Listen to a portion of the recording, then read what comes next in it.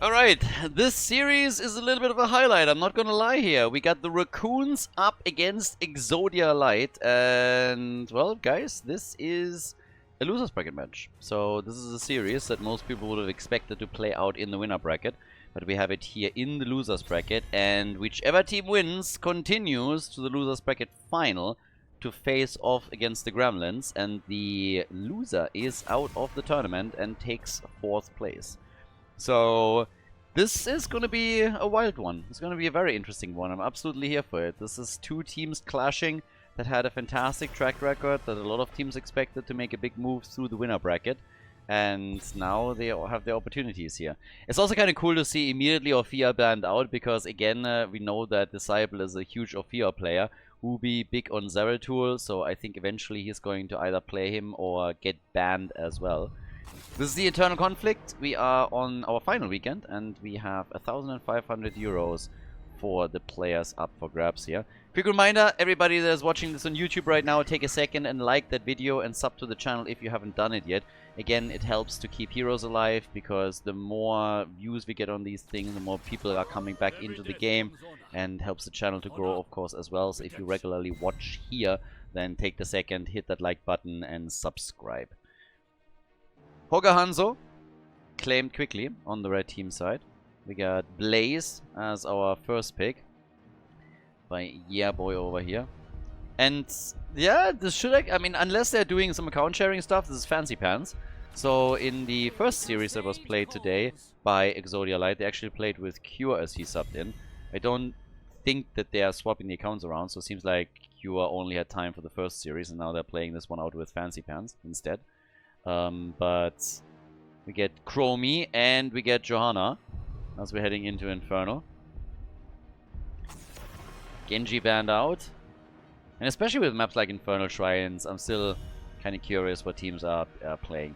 Keep in mind, the Infernal Shrines was, for example, the game where we had this crazy Sergeant Hammer build from DDX, where they went full into Spider Mines and just did enormously well. If you haven't seen that yet, by the way, you should go to YouTube and browse a little bit through the matches that we had in the tournament. It's in the thumbnail and in the title about the Sergeant Hammer build, and that was a really, really fun one. I gotta say, after the patch, the games that we had in the tournament here were glorious. They were really fun. So, tons of cool picks, cool plays, and yeah, I like it a lot. It will be interesting to see how this plays out in Meta Madness, for example, which is going to be starting in November.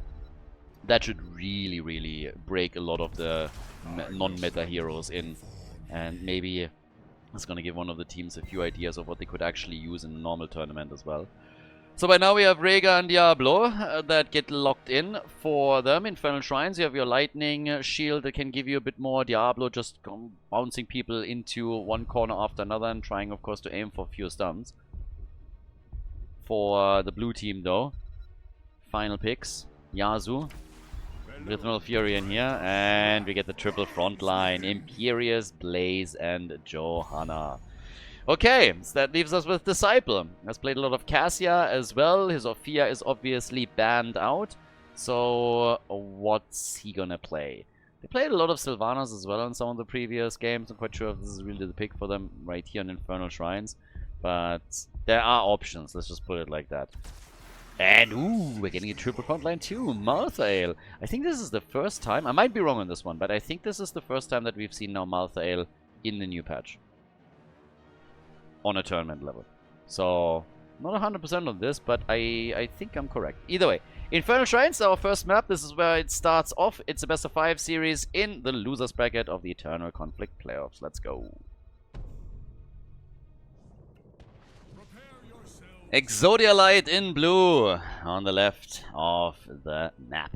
Hazorbs on Imperius. We have Masquerade on Johanna. Fancy Pants is playing Blaze. We got Bloodcool on Chromie and Yasuo on Malfurion.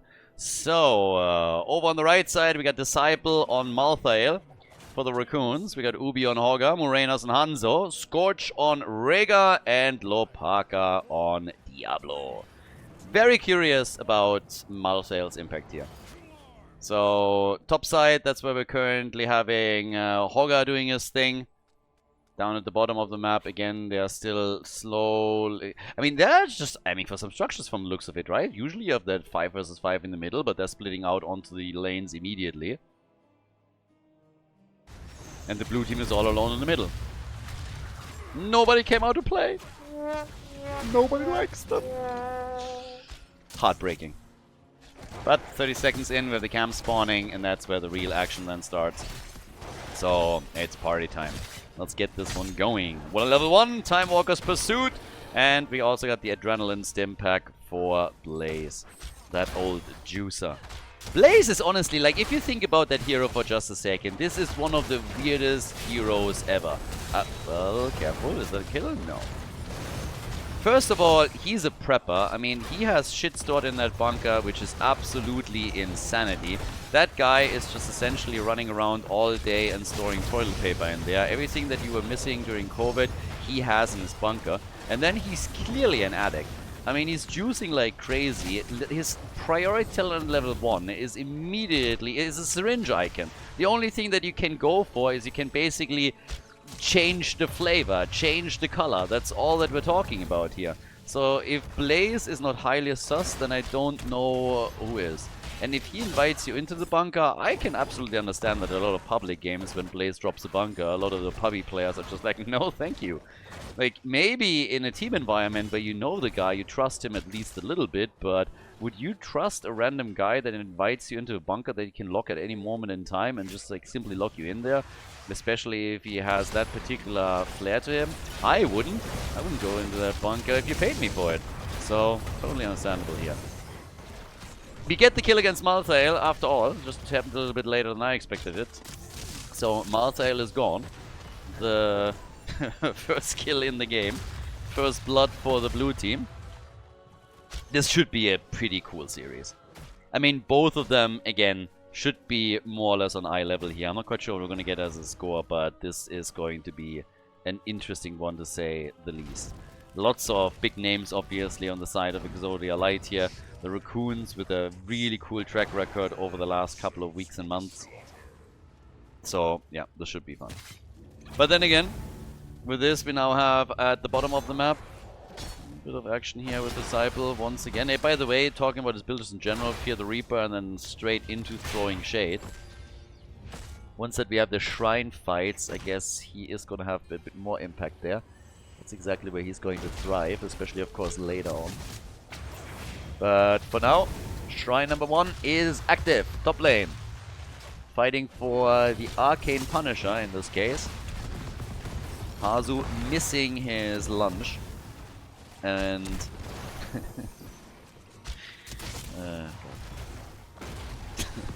Hazu is missing his lunch, so he's very hungry at the moment. I'll see myself out. Oh, some of these are so bad, like, yeah, sorry, it just popped up in my head. Now, with the first objective up, we still have a rotation between 2 of the side lanes at the middle and bottom, so they're aiming for level 7 for their team. And it's a big lead already on the objective for Exodia Light. And it seems like they're going to be the first ones to walk away with a Punisher here. Unless, of course, we're getting some kills. At this point, I mean, no, it doesn't really look like it. I mean, Malthael isn't even there. They have 34 stacks. This is basically not something that the Raccoons can recover from. So they didn't really make the biggest point of going on to the shrine here, so they left a lot of space to the blue team from the beginning. There was also the earlier level 7 kick, so that was the next one. And here we go. At this point, it's just about how much damage can you actually do. Punishers can obviously not be baited over walls any longer, so that's out, meaning that they normally do a bit more damage and you get at least the wall. But here we go. We have Ubi in trouble. Pogging out though, so he's fine. Punisher's about to be done. Lopaka is a bit low here though. And with Chromie having access to her ult, there's full control. Lopaka, no way. He gets the defense from the structure and is able to survive. Or could have maybe been able to survive this if not everything then got thrown onto him. So Diablo's indeed gone. We were hoping to get a bit more damage done, but, well, they didn't. They dropped the 4 down to 50% HP, which is already nice. At the same time, most of the experience is still being picked up here by Fancy Pants, moves down to the bottom of the map immediately. We had Malthael rotate between the lanes and not even help the team out, not even try anything. So, yeah. And, of course, it's up for the camps again. It's a little bit of a slower start into the game, I gotta say. The red team didn't really make any big plays for the objective in the first place, so they're willing to wait this out until level 10. They were just eager to defend their own fort at the top, which they did. Blue team exploited it as much as they could, got good value out of it. But this is going to center a lot more heavily around the second objective, where we will have level 10 for both teams. And then the dynamic, obviously, gonna change a lot here. So, yeah. 10 kicks in. That gives us no surprises. I would still assume that we're gonna get the delivery system for... Yep, there it is. For Imperius. And we get the snakes for Hanzo. Dragon Strike. Yep. Okay, so no arrow. Still last rights, but we get zone control from Hanzo. And if they make it to level 20, he's of course gonna have some nasty cooldown reduction. We get this occasionally. And it can be impactful, depending on how you play it out. They obviously didn't want to go in some kind of Hanzo arrow into Diablo Apocalypse combo. But instead it's more about zoning and trying to control the space around the shrines. Push towards the middle. Masquerade. They want Disciple from the looks of it. Yep, and he gets away. If Blessed Shield gets thrown out there and connects, I mean, Malthael is just toast. And he knows it. So, yeah, Malthael will try to stack last strides as best as he can. They're all waiting for the next objective. And also, of course, yeah, the shrine is being revealed here. And with that, we have a Frozen Punisher. So, Frozen Punisher means also a lot more push power. Could get a fort out of this. Both teams also with a mercenary camp at the top. Should probably point out that we don't have a single global in the game. No Falstad, no Dehaka, no Brightwing. So that is then really a question on when are the side laners moving away from the top lane. Are you taking the Shaman camps out first or not? Already, we got our Dragon Strike. Okay. Again, more of a zoning tool, trying to push the opponent back. Not so much that you are immediately able to get a kill. But you can do lots of damage, especially in the long run. As I said, during fights after level 20, you can most of the time throw out 2, sometimes even 3 of these out if you get the cooldown reduction right. So, yeah. Good lunge, the Ancestral, Diablo with the barbecue. This time they want to fight for the shrine, as they said. Malthael is a bit late to the party, but they still have the camp pushing at the top, so that's an advantage that they're holding right now. Hogger came in, and the blue team drops a bit low here, but they have successfully taken control of the shrine. Teams are both aiming for level 13 talents, and Malthael is again still side lane in this. Still not coming in for the team. Hoping for more experience so that they can get level 13 talents, I guess.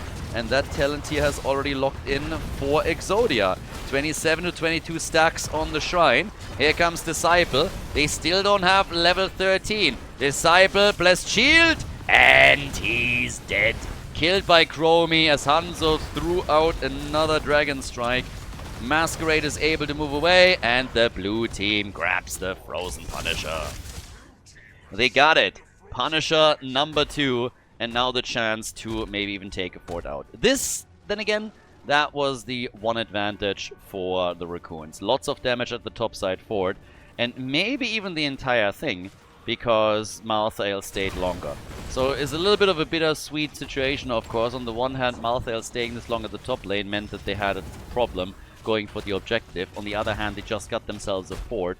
So it's highly likely that when everything is said and done, both teams roughly got the same out of the objective here, ignoring the kills for a moment. For the blue team, it's more interesting to go to the middle now. Try and see if they can destroy the wall, maybe destroy the fort there as well. But yeah, Malthael is defending the bot lane.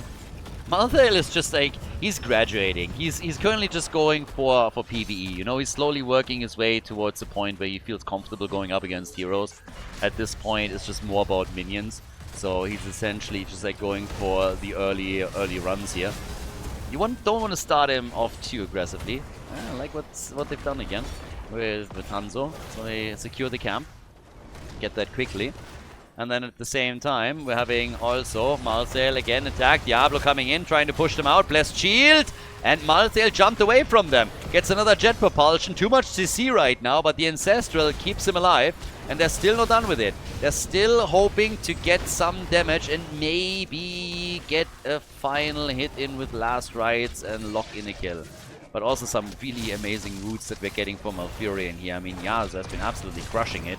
Johanna, on the other hand, in this case, is getting absolutely murdered. So, Jojo, the one that falls. Yeah, that was definitely not in the cards on the side of Exodia Light. They didn't really expect that. So now Morenas wants the next camp. They are pushing in the middle, trying to make sure that the wall at least gets eliminated. And they have, all of a sudden, a decent amount of control here. Getting one camp after another. That helps also to catch up in experience, of course. Blaze is going to get the fort at the top lane, though, because for some reason the red team just decided that they're not going to do anything here. I mean, Blaze has been on this lane for a while now, and the push is just coming too late. So, fort is not going to fall, but it's taking way too much damage and will soon get destroyed then.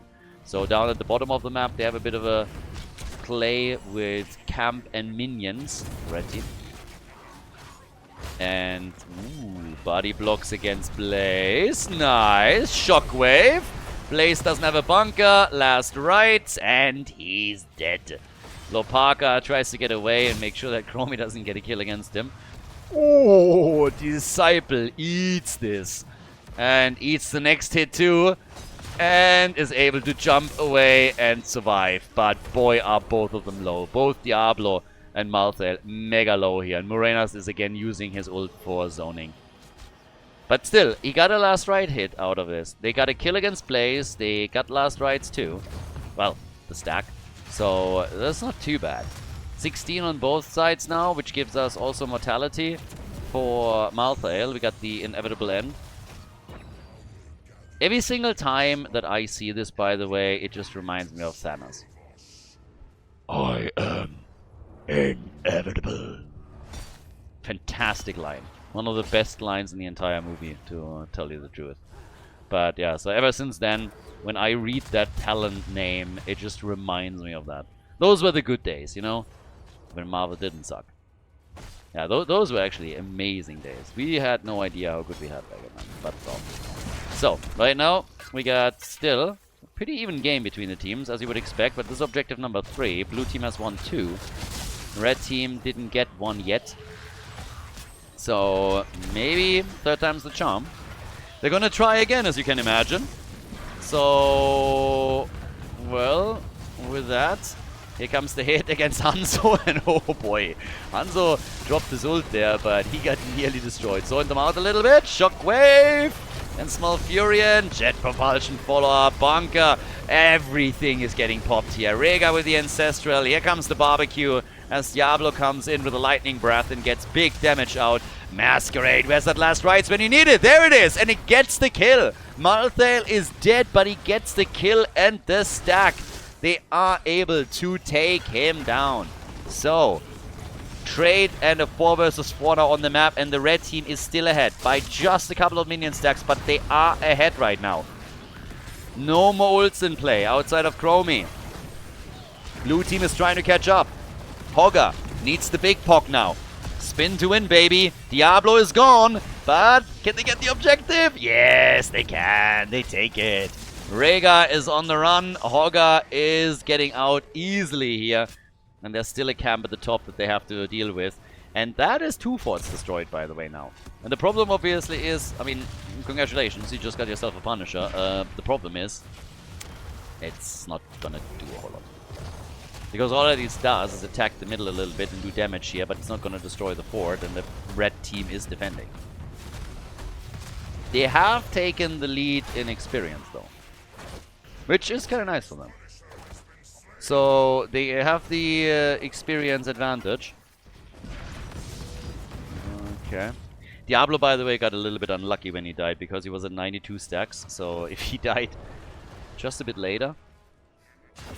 or would have been able to get the stacks before the objective, they would have had a revive there. Okay. I mean, don't get me wrong, I'm totally okay with YOLOing out the occasional ult here if you're going into Dragon Strike, because again, it serves more of a utility purpose than anything else. But that looked like he just fat-fingered that thing, right? I mean, am I crazy? There was nothing there. So... okay. Let's just ignore that one for a moment, I suppose. Hanzo's at 71,000 damage. And now in half a level, he's gonna get level 20, and then it's time for the cooldown reduction. So, yeah, then it's time to really shine with that one. Imperius is sitting up at the top, 9 kills in total now. They're all opening this one up, of course. 2 stacks with a 10-second cooldown reduction for Malthael now. And, well, they... oh! Yeah, no, he gets the kill, but not the stack. It's a little bit of a weird one. On the one hand, you get the kill. On the other hand, you also want the last right stack. So getting the kill against him, that's already great. That helps him a little bit. But he would have probably been happy to get also the extra 5-second cooldown reduction here. At this point, of course, we're having the ults, or the level 20s in. Dragon Awakens. So this one is going to be absolutely massive. And now I would expect that during every single team fight that we're seeing for the objective, we're getting at least 2, if not 3 of these. 6 kills to 4, another 4 destroyed, so now they're even in structures again. Impervious is ready, and they're starting to steal some camps away. As long as Joanna is not here, Raccoons can make the moves. So this one's claimed. Malthael moving down to the bottom of the map.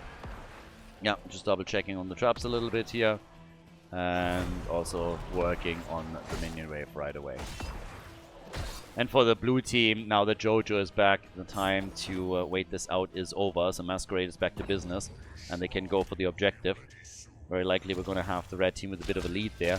They have also another camp now taken at the top lane. First of all, they stole, of course, the camp of the opponent, and Blaze has to deal with it right now. But there is another camp pushing topside with catapult, so this could actually get really annoying for Exodia Light. They might lose a few of the structures in the wall at the keep. Because Blaze is already moving back, so once this camp is there, they're on a bit of a timer, and they're going to lose some ground here. But it's all about a Frozen Punisher now. Those are the big dogs. Yeah. Again, a couple of these arrows, I think they could be a bit better, but it doesn't matter too much. His cooldown reduction here is going to be pretty insane, or at least should be. So it starts to get a few shots connected, and is instantly basically ready to throw out the next ult. So yeah, we're going to get another one. Ult out, and this is all zone control right now. All zone control for them, buy time on the shrine, and then get farther and farther ahead. And the ult is already back to 20-second cooldown, gets another connect. They go for Masquerade, and he's dead again. Malthael dies too, though. I mean, he throws the most aggro here, and here's ult number 3 for Hanzo. 3 ults right now for him, and just working this. They have 39 stacks. They are going to get the objective here, 100%. Yeah, Hogga is going to ensure that they do. Diablo still alive. They want to go for Hazu, and Diablo is dead. Diablo is dead, and Malthael died again. He came back, and he died again. They get Hazops too. Hazops is getting killed. Hanzo still working it, but honestly, he's draining his mana pool like crazy here. This is probably his biggest problem at this point, that he's just running out of mana the entire time. As expected, the topside push has not only destroyed the wall, but also started to get some damage in on the keep. So now they want to finish the job here, as the Punisher is pushing solo at the bottom of the map against the fort. But that keep is a juicy target, and so is Malfurion. Blaze gets stunned into the corner and is dead as well. Yeah, this is huge. The Raccoons now with a chance to maybe even end the game. They're taking out the keep at the top lane. They don't have Malthael with them. There's only 2 defenders, but since Chromie is one of them, they are falling back for now. Punisher has already eliminated the fort at the bottom of the map, is sitting at 25%, and is helping the minion wave to break through the wall here. So 9 kills to 8 right now, and some pretty massive plays, with Hanzo dropping another ult easy, zoning them out further, and they're gonna break the wall. I don't think they can get another keep, but that alone already put them very comfortably into the lead here. So, yep, here we are. At this point, we got 1,000 damage for Hanzo, 70,000 damage for Chromie, and a lot of the guys idling at roughly 50k. 10-second cooldown reduction still for Malthael. He dropped a couple of ults, but was only able to secure kills with 2 of them. One was really clutch. I mean, he got the ult through, and then shortly after he got the kill, but it was just outside of the time frame. So, 20 minutes into the game now, and the fights are on. Now they are a lot more aggressive. Again, the ult to zone them out a little bit. So far, so good. Blaze has to force the bunker. Disciple gets the ult, and Blaze is gone. Blaze is gone, and here comes the kill with last rites on Malthael. They're starting out Hazops again, and the old man is dead. Hazu is gone, and that is 9 kills to 11 now. The Raccoons with 5 man on the front door steps of Exodia Light, and they're going straight up for the keep. They're actually not even going for the core directly. They have so much pushing through the mid lane that they're going for the keep first. No matter what happens here, they're going to get something out of it, and now they can just progress this even further towards the core. Another ult immediately out, just trying to zone them further, push them towards the side here as the Khazras are making their way in, taking the minion waves out. The shield is slowly falling, Shockwave going absolutely nowhere as he gets hit. But the core is falling too quickly. The 2 can't defend this. Absolutely impossible. The Raccoons, they take the lead in the best of 5 series here in the losers bracket of the Eternal Conflict playoffs as they defeat Exodia Light on Infernal Shrines. GG. We're going to head in game number 2 in a second. Guys, if you enjoy the content, if you like the coverage here, please subscribe to the channel and like the video. It really helps to spread the videos to people that were interested in Heroes of the Storm in the past and might rejoin the game. So spread the love a little bit, help to promote the games here, like and subscribe, and I hope that you enjoy the rest of the series. Dragonshire, map number 2. The Raccoons are in the lead, everybody. So, with that we now have Ophia banned again. Good job by the Raccoons, by the way. Game number 1 was about as close as you would expect it, and was pretty sweet, so me likey. But I want more. I'm greedy. I want more action between these two, and Dragonshire is the map choice of the Raccoons, since first pick, first ban was claimed by Exodia Light, and we'll see how that's gonna work out for our red team. If they're able to pull that one off. So, let's have a look. With Rhaegar as the first pick, we get Hogga, and we get Sylvanas on the side of the Raccoons. I gotta say that this team is actually a lot of fun. Now we got Hanzo and Blaze for Exodia Light. But even the Hanzo choice into Dragon Strike on a map like Infernal Shrines, that can really go a long way for you.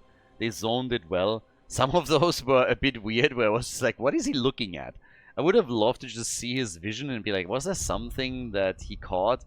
Or was it just literally him fat fingering? Or I guess sometimes in the heat of the moment you also don't line things up perfectly. But he got tons of damage out of it. They zoned them out well. They got the final few punishers, and then with the kills that they were able to get, that was pretty sweet. So right now what we have essentially is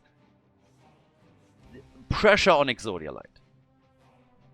And Hogga Sylvanas is not a bad start into it.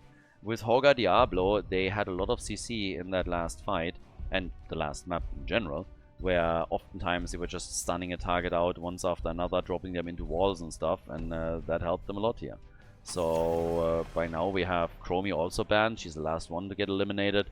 Previously the red team got rid of Genji, but that brings us into the double pick for the Raccoons, and this is already going to tell us quite a bit.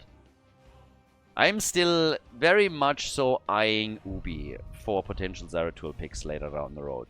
Not necessarily here, but this is always a risk. Ooh, Tyrande Muradin. Okay. Muradin Tyrande. Somebody wants to go for a bit of a sniper combo. Get that Stormbolt connected. Tyrande follows it up with a stun, Hunter's Mark, and then bam. Easy hits. That's kind of what we're waiting for. And it's that dirty Medivh play on the other side that they got to deal with. Yep. Medivh and Diablo. Leyline into Apocalypse is now a potential combo. But even if they don't go for that, and you don't have to, then we now have Medivh with just one play that he can ruin after another. So, it's also going to make it a little more difficult for the Karen of the Storm over here. I mean, yeah, if you get that CC comp locked in, that's great, but then you have Medivh and all of a sudden he throws a shield out and, well, that's it for your stun into, I guess, mind control. Falstad, final choice, so we got a global here. But this is gonna get interesting right now. Can they deal with Medivh, or is Medivh just absolutely gonna wreck this? Well, we're gonna see. Dragonshire, ladies and gentlemen, map number 2. Let's go! We got game number 2. Exodia Light has some catching up to do. Bloodcool on Hanzo. We got Hazu Ops on Medivh. Fancy Pants with Adrenaline Stimpact as he's playing Blaze again. And then we got Yazu on Rhaegar, and Masquerade is playing Diablo. To the right side of the map, this is where it gets interesting. I mean, you gotta deal with Medivh somehow. We currently have Disciple on Sylvanas. We got Morenas on Falstad, Ubi on Hogger. Scorch is playing Tyrande, and Lopaka on Mirrodin. It's kind of funny with the live stream and the prediction games that we have going on there, because currently I mean, honestly, the vast majority thinks that Exodia Light is going to win this. The trust in the Raccoons is rather low. Some of that might have to do with the Medivh pick. Medivh just has the tendency to absolutely ruin the opponent's plays and be so annoying to deal with. And this is something that we could see here once again, as we have in the past. So time will tell how the Raccoons are going to deal with things and how well they can. But keep in mind, this is also the map where the Raccoons tend to set up these massive attacks around mercenary camps. They really like to get these bruiser camps at the top and the bot lane, and then set up a big push at the top, rotate over, and just brute force a wall down. Now, it doesn't seem like we're going to get that with the first objective or the first camp immediately, but later on I would not be surprised to see them try and do that again. Because they really have a bit of a knack for hitting the perfect timings there and out-rotating the opponent a bit to get maximum value out of it. Top side, Rhaegar and Falstad are both a bit low. Rhaegar's trying to get away, and of course that's also where those portals come into play again. Masquerade gets attacked, Mirrodin still fine. Here comes the Tyrande stun attempt, but she's not hitting anything. And Falstad is now flying down to the bottom of the map, apparently trying to help her get a kill against Hanzo, and that's Bloodcool gone! Nice! Morenas with the eye or the call being made by Disciple flies down, and Hanzo just doesn't stand a chance. The bird comes in, the bird sees, the bird kills. So, yeah. First blood. Now, Falstad, he is the big bird. We got the small bird over here too. Wouldn't it be awesome if you could just, like, eat? If Falstad should be able to fight an air battle with Medivh, something like that. That would be pretty cool. But so, the attacks over here already coming. Portal after portal is popping out and is allowing Exodia Light to either engage or disengage here. Decent stacks in the baseline, as I already said before, but now that we have double control... well, we had the double control and maybe the tiniest of windows where theoretically at least they would have been able to get themselves an objective, but yeah, not that easy, not that quick. So, blue team took control over the bottom of the map for now. And yeah, the owl comes also in.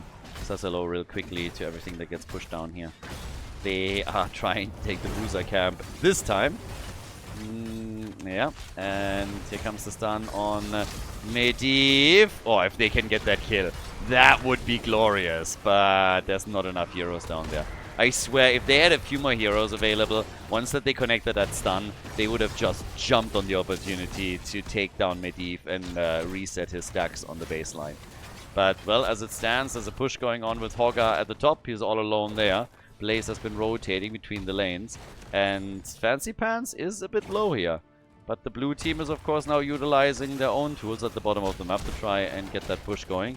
Bloodcool with Hanzo. Masquerade. Is there another ability? Yeah, if he had a stun back out, then that would have been a kill. Would have, could have, should have. Nobody cares.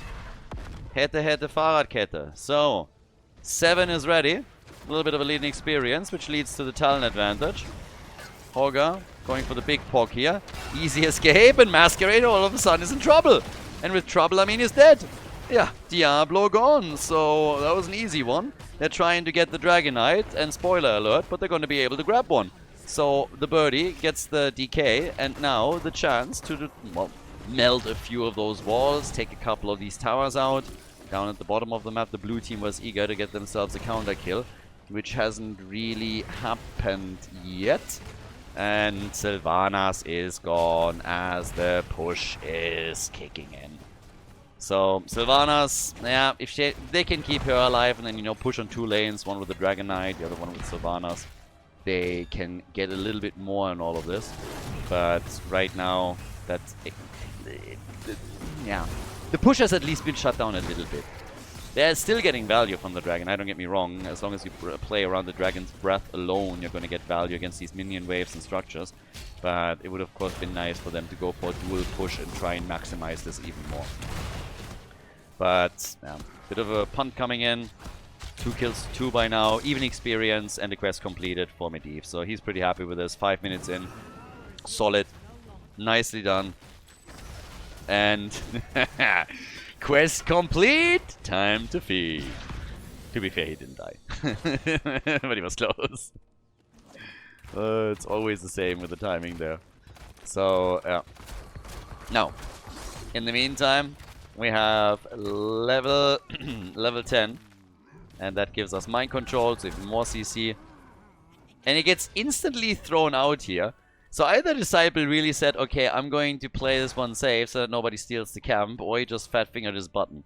My money would be on the second one. Now, well, we have a few hits coming through the Siege Giants at the bottom of the map, so they gotta deal with those. We have also, still in the middle, a nice little push from the Raccoons as they're taking another minion wave out for experience. But generally the game has slowed down a bit. The entire series, honestly, has been more of a slower approach, and I really don't mind it at all. We had so many aggressive games in the previous ones, but now teams are very clearly focusing a bit more also on the macro aspects of this, especially, of course, with what's on the line here. We have... This game is essentially for you taking a minimum of 3rd place. So if you win here, you make it to the losers bracket final. If you're out, you're 4th place and nobody cares. So the teams are playing this a bit slower and setting everything up, I don't mind. There comes the Leyline Apocalypse combo, and it works out like a charm. Falstad is able to take down Hanzo at the bottom of the map, so it's at the end of the day a kill for a kill. And actually it's a bit better for the Raccoons because they have the situation right here, where they can go and start take that structure out. They're not taking the entire thing apart, but this is some serious damage. Falsa gets attacked, still totally fine, and then instantly the counter attack against Diablo. But this is the big difference here. Each player, or each team, lost a hero. Blue team couldn't push the top lane because there were still defenders, and the Raccoons, with Falstad rotating down, could set up a push that nearly destroyed the first fort of the game. So, very well done by Exodia Light. It's actually kind of incredible how many awesome teams we still have in the tournament here, and how close most of them will be. But yeah, Raccoons with some awesome plays, Exodia with some great plays too. But I love the macro approach that we're getting from the Raccoons. There they are again, at the top, another push with 2 heroes being right there. Falstad saying hi, and they do the exact same thing they just did at the bottom of the map. Big damage against the structures. Now the blue team is trying to be aggressive as well, and they are using Medivh as a tool, portaling them into the fort range. Now that the target prioritization has been changed on forts, that's obviously something that you can definitely do. But, well, Yasuo gets owled, and Diablo gets killed too. The owl to the face, Rhaegar taken out by it. And all of a sudden we're looking at 5 kills to 3, level 13 to 13, another potential objective for the Raccoons, and more importantly momentum, and this is something that Exodia Light just cannot afford right now. Owl to the face, Rhaegar goes down, and Tyrande is getting the kills.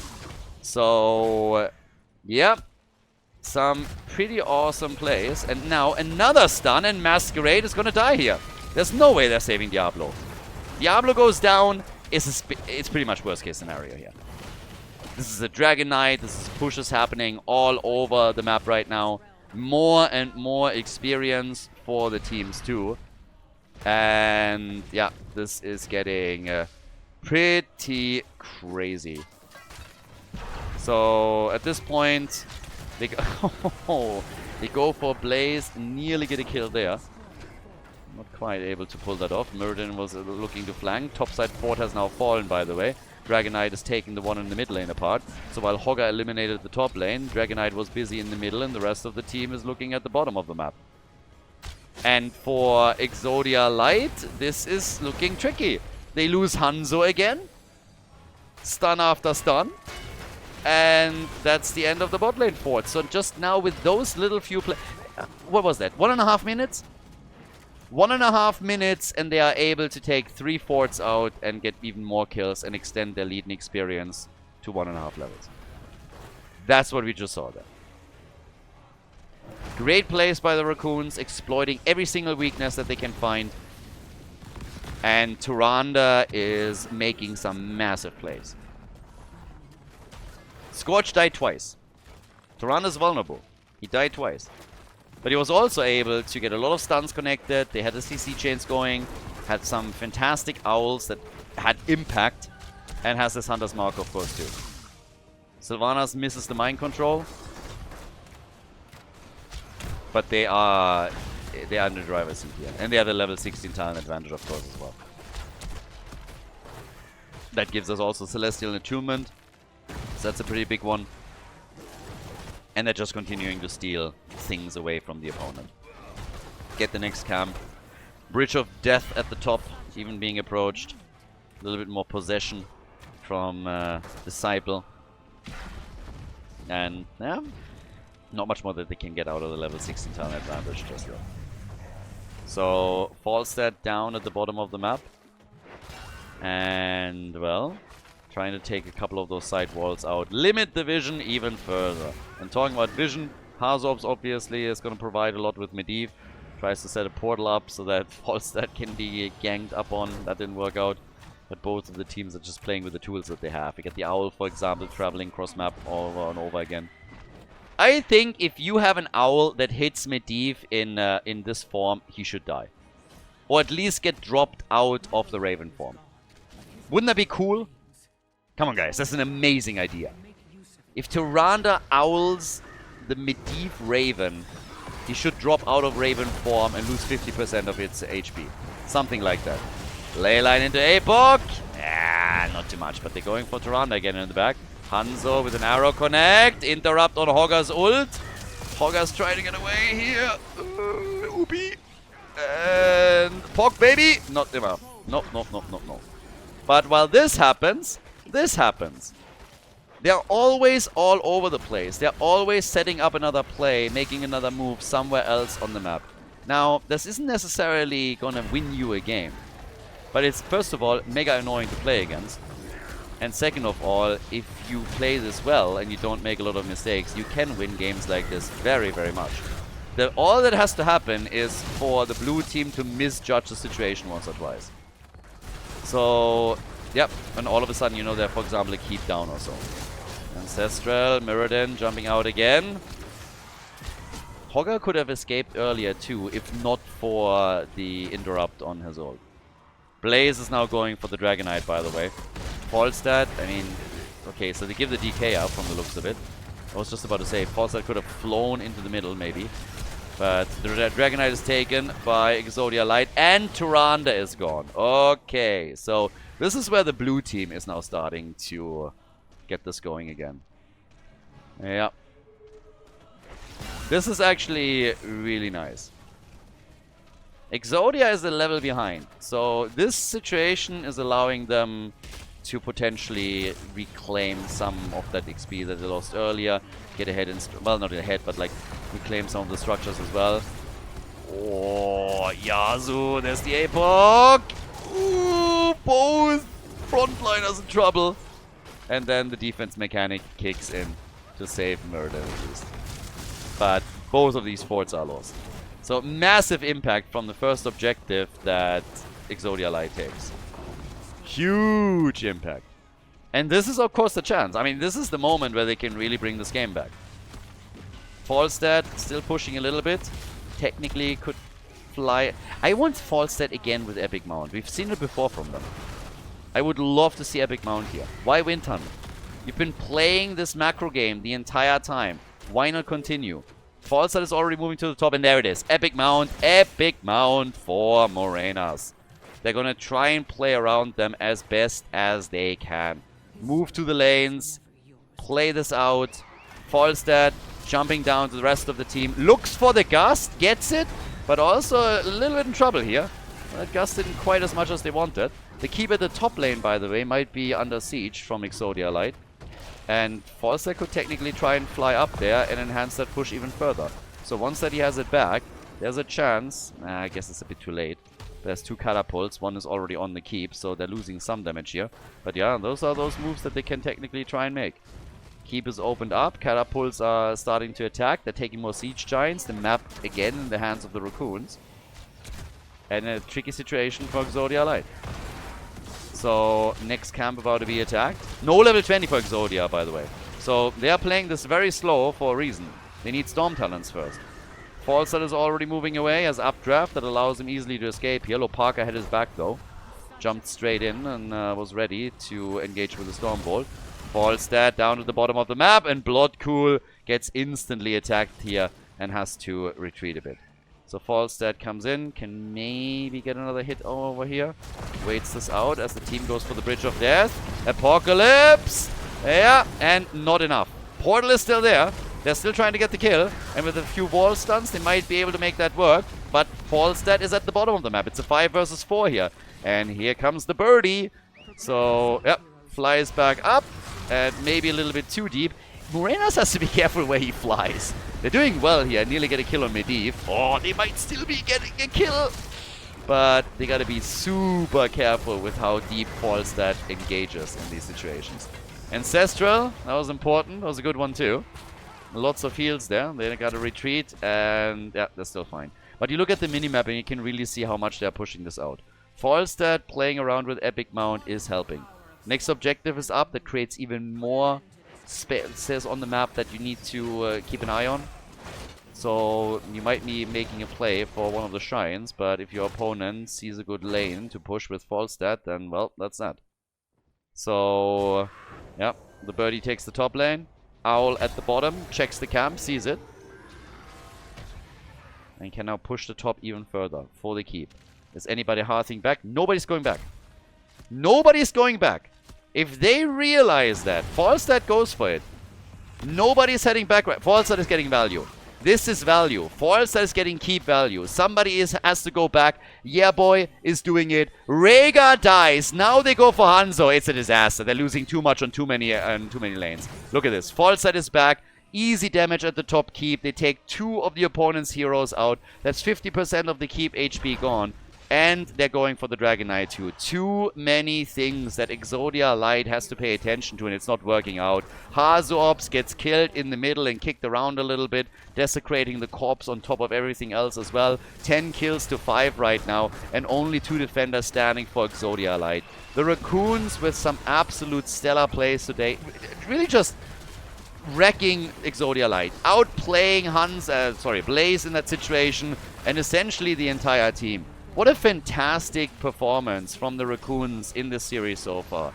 This is going to be a 2-0 lead in the best of 5, and Exodia Light will have to pull off a reverse sweep if they want to have a chance here. But top-notch performance from the Raccoons, I gotta say. And I really, really love the macro play from them. GG, well played. Coming up next, we have game number 3 for you guys. Before we go, a big shout out to everybody that is supporting the channel on patreon.com/Khaldor. Really appreciate the support, guys. Thank you very, very much. If you want to support the channel, if you want to support our efforts to keep the Heroes of the Storm esports scene live with all of the events and tournaments that we're hosting, then please consider to check out patreon.com/Khaldor and support the channel there. It's the best way to support all of the things that we're currently doing for the scene and plan to do in the future.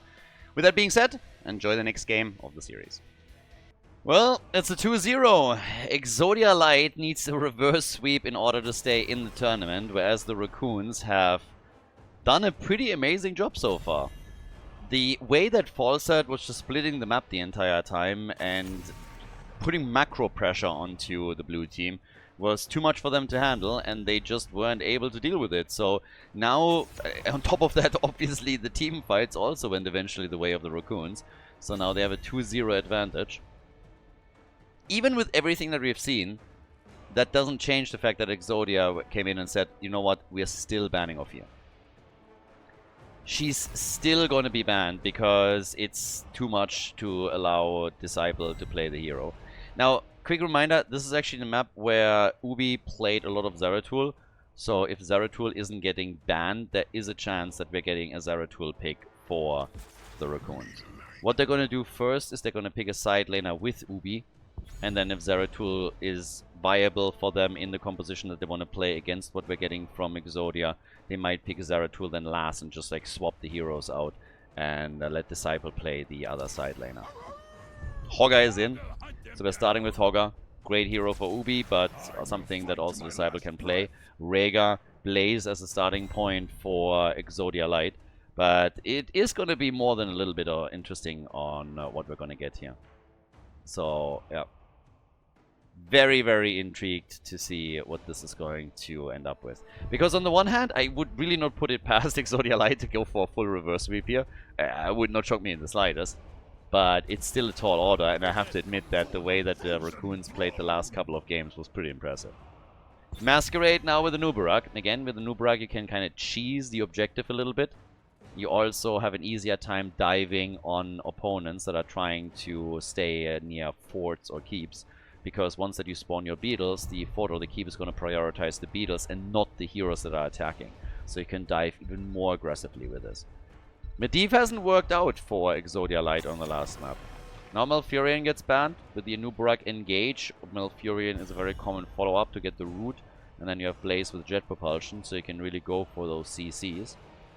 But, yep, very, very curious.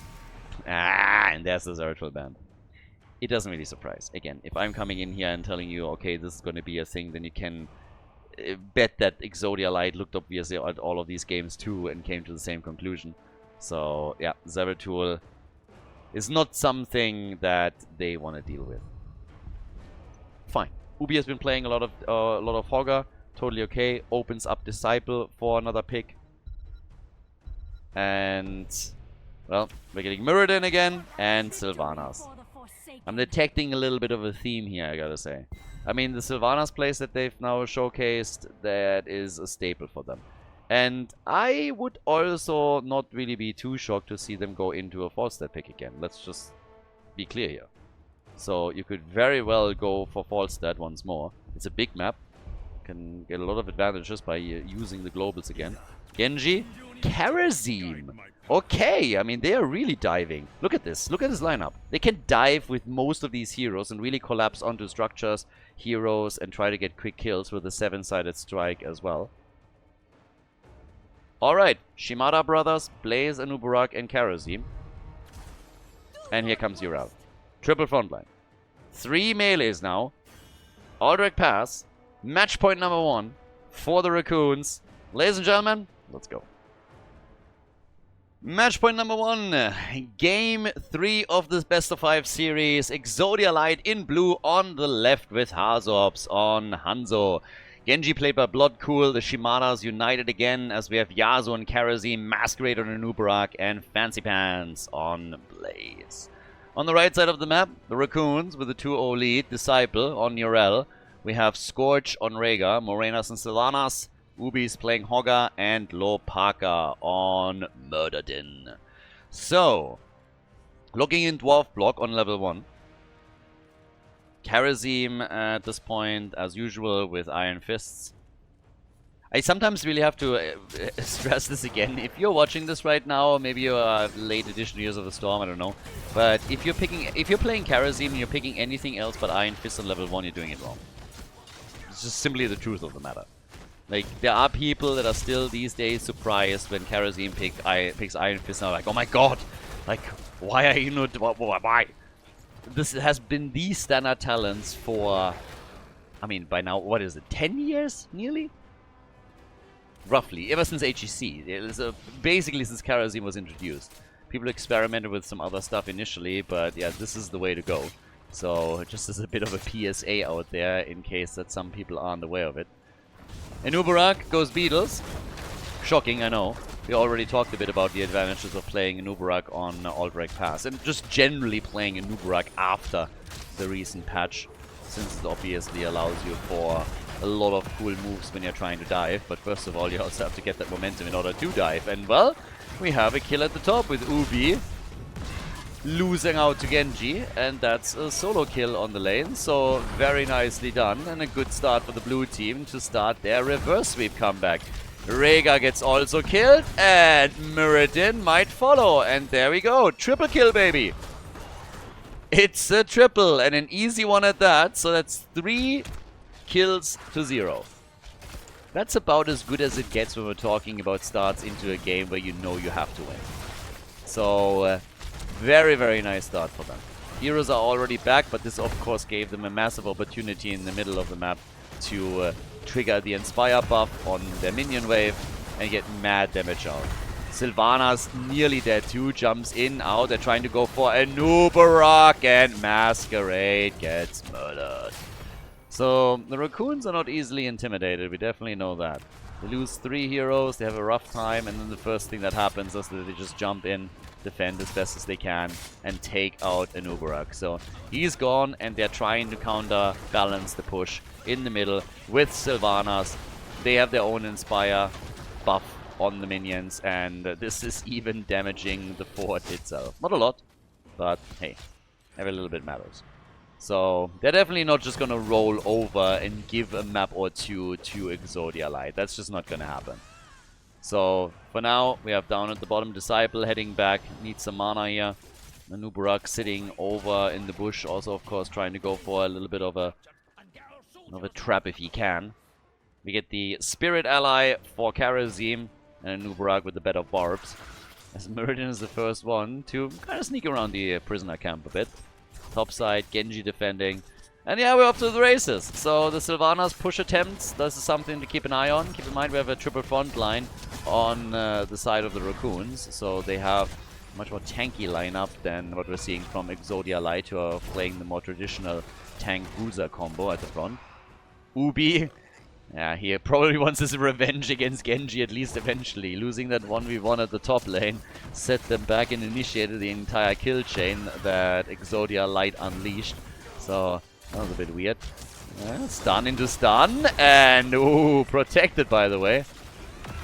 Yeah, it was clutch. Lot cool. The money, the power of the money pick, that's what saved them there. And Anubarak, he doesn't ride a money pick, so he can't be saved, and instead he gets destroyed. And once again, Sylvanas in the right spot. Look at those waves. They have a double minion wave down there, and Inspire is amazing. Again, if you've been sleeping under a rock for the last couple of weeks, if you're now pushing into structures with minion waves and you auto-attack them, your own minions get a buff of 35% attack and movement speed. So the Inspire buff. And they are using this perfectly here. Yasuo! He's dead. He's alive dead. Yeah, okay. For a moment, we're looking at Schrödinger's Karazim. You could have thought of him as alive and dead at the same time. Just a question of whether or not Muradin gets his cooldown back. But once the cooldown was revealed, we know obviously the result. Muradin, then again, thought that he is probably better off also killing himself here, because it's just a solidarity death. It's like 2 majestic beards that just now are found 6 feet under. Bit of a push in the middle. I gotta admit that even without the guys, honestly, what am I looking at? At some point, somebody has to explain to me how it's possible that even in Game 3, the Raccoons are able to get stuff like this done. I am a little bit shocked. We are talking about a team that has some of the best players. We have Yasuo over here. With Hazops, we have somebody that has probably among the most experience in esports compared to most people. And they are incapable, apparently, of just rotating properly on the lanes. Exodia Light is getting outplayed. This is just what's happening here. They're getting out-rotated and outplayed by the opponent. That's where we're at. Every single time the Raccoons have a chance to jump onto a lane and do damage, they do. They take a hero out, they push for structures, they rotate to the next lane, they get a gank, they get a kill, and it just seems like Exodia Light is on a macro level not able to keep up with them. I'm sorry to state it this bluntly, but this is just how it feels right now. Game number 2, you could come in and say like, alright, Falstad is there, you have a global, you have also Epic Mount, and that empowers a lot of these plays. But we're now 6.5 minutes into this game. 2 forts have been destroyed. What Exodia Light was able to get is the first objective of the game. Now, do you actually believe that the first objective in game number 3 here is going to be able to take 2 forts out? I mean, duh, obviously not. So, I'm a little bit shocked. This is still winnable for Exodia Light. I'm just really flabbergasted by how the games play out so far. The results aren't shocking. The Raccoons are great. The Raccoons are a great team. But Exodia Light should be able to at least match them in those situations and not allow them to get damage done that easily. Karazim is now gone. The fort in the middle will likely be destroyed. But I suppose this is all that they're gonna get. And now that the forts are gone on the blue team side, it's obviously much harder for the red team to get into a position where they can continue these lane pushes, because again, you have to go pretty deep into enemy territory in order to get there. And you don't have a global anymore. But yeah, I'm still a little bit shocked at how easy some of these plays were for the Raccoons. So now we're talking bosses. And the blue team is starting to move down to the bottom of the map in order to grab this. Don't think that they really want to fight this. There's a level 13 talent on the other side. Genji isn't here yet either. So they know that the boss is about to be taken. They would have to most likely cocoon Urel, I guess. But she's going to have an ult back up in a moment. But yeah, let's see. It's really just the fact that Exodia Light is not matching the things that as they should. Especially they need to pay a bit of attention to Sylvanas. Sylvanas had so many push opportunities right now because she just doesn't get shadowed enough. And, well, for now, we have that push with the boss at the bottom of the map, but Hanzo gets already caught, mind-controlled, and killed. So that's one of your big damage dealers and tools that you can defend with eliminated. Yeah, Karazim jumps out, was trying to bait here a little bit, and now Sylvanas is pushing again. And Genji was still at the top lane. So even with all of this playing out, Genji is just now slowly making his way back. It just feels that all of the plays that we're getting from Exodia Light are coming in a little bit too late. So now we are 8-9 minutes in, and the keep is about to get attacked and will take some damage. I don't think it's going to get dropped. The boss is not going to be strong enough for that. That's a good arrow, though. That was a great arrow. And Urel goes down. So that was actually a fantastic arrow, and they didn't catch it. You could argue Urel caught it. But, yep, that's some damage on the keep.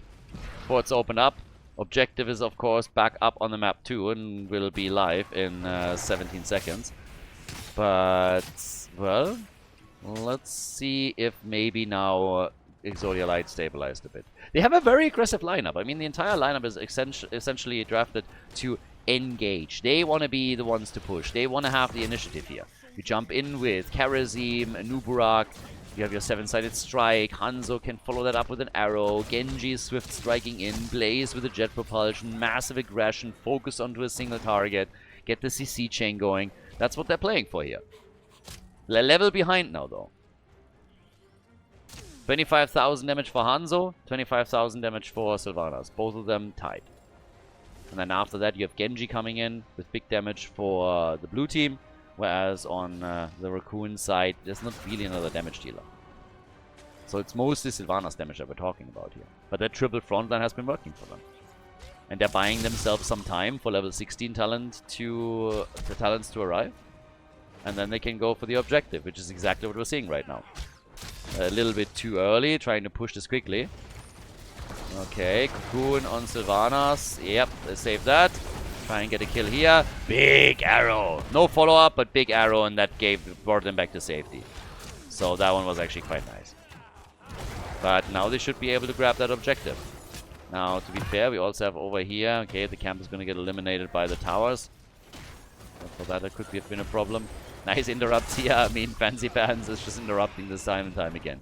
So instead, they're most likely going to go for the boss. They're like, well, we can't get the objective, so let's go for boss. And now we're having an insta-push made for the camp. So I kind of like that. At least this time we're seeing the blue team also split a little bit and are trying to get something out of it. Disciple is going to buy himself a little bit of time. And for the team, they're going to try and take the boss, and then they're going to move back. Muradin, by the way, with a bit of a sneaky move as he channeled this as well. So now it's a race.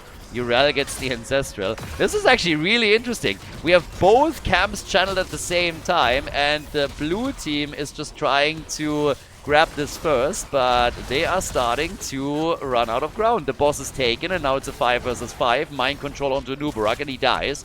And now it's likely going to be an objective in favor of the Raccoons. Theirs has been stopped too, of course, but they can now fall back onto it after defending their own. They haven't fully channeled it through yet, but it's going to happen any second. And they have a 5 versus 4 going on, with a boss pushing the top lane. So the blue team has to retreat. They have to. They're still trying, I guess. But there's the channel, and this should be an objective for the Raccoons. And they're looking for more kills. Genji's low, Blaze is dead, and the boss is, without being contested, still attacking the top lane. They also have a push coming through the middle with Sylvanas, easily disrupting the defenses on the fort. And, well, that is the last fort done. And now we're talking only keeps. Karazim went into Way of 100 Fists. But, yeah, good luck. Raccoons are just looking way stronger today. They're looking superior. It's just what it is. The series has been... We had some awesome moments on both sides throughout the series. But right now, the Raccoons are clearly the better team. Exodia Light has to step it up if they want to bring this back. So this is going to hurt. Are they going to lose a keep? Maybe. But they're definitely going to lose some structures. And if the hero, for example, is being killed here, then they're in really deep trouble. The keep at the bottom of the map is taking some serious damage, and over here in the middle, this is obviously not looking too different. So down here, keep likely gonna fall. If not, then it will be so low that they can take it at any point. Nice damage against Genji. Hanzo is already low. So is the keep, by the way. Keep is also low. And here comes Urel again with another ult. Gets healed too. They can take the keep at the bottom of the map out, and should. And that's exactly where they're headed now. So come in with another stun from Hogger. Blaze with the bunker. Karazim is on the run. Everybody's just trying to get away here. And it's now level 19 versus 17 any second. Only one armor shield remaining. They kill a Nubarak. They kill Blaze. The Raccoons. Unbelievable. These guys are crushing it. And currently they're crushing Exodia Light. They're dropping the blue team like hot potatoes. They're going through them like hot butter through cheese. And it's just disastrous for Exodia.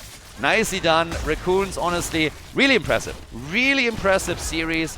Different styles that they showed. And I can't wait to see them in the next match in the Losers Bracket final. What a great performance by the Raccoons here. A well-deserved victory. GG.